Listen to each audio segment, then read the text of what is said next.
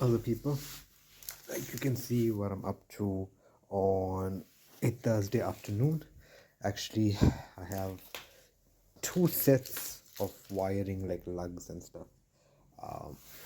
Yeah, you can see. And yeah, I got two customers that I have to make MP9 snake looms for. And yeah, it looks like a mess now, but I'll show you guys the before and after. Um, yeah, and I might do a full video how I'm going to install it in a vehicle and start the car.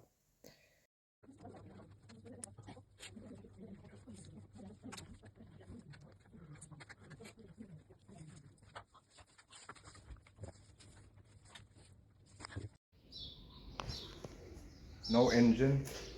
Somebody removed the engine from this Golf 3, put in this Golf 3 GTI, and the job for today was do the MP9 wiring. So I stripped this whole car's wiring.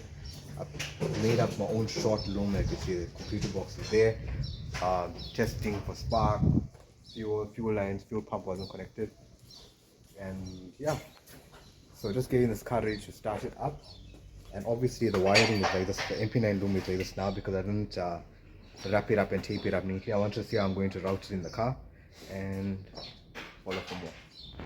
Yes, yeah, this is called a rat's nest. But anyway, if you look there, this was a Golf 3. This whole engine was there, but the customer decided to sell the car, so he put the engine here. And the job today was to make this MP9 short loom and install it into the car. And yeah, I know it looks messy currently, but one. And yeah, so always pray, fingers crossed. We still have to connect fuel pump and stuff to wire the vehicle and start it.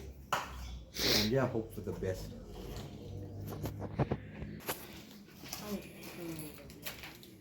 Well, and yeah, the starter is dragging a bit.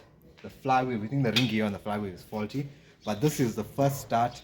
And yeah, gonna turn the ignition on, and we're gonna touch the starter on the battery, and you guys gonna see the car come back to life.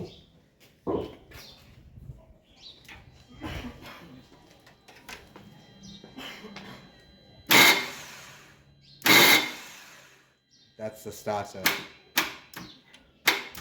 I'm gonna turn the ignition on.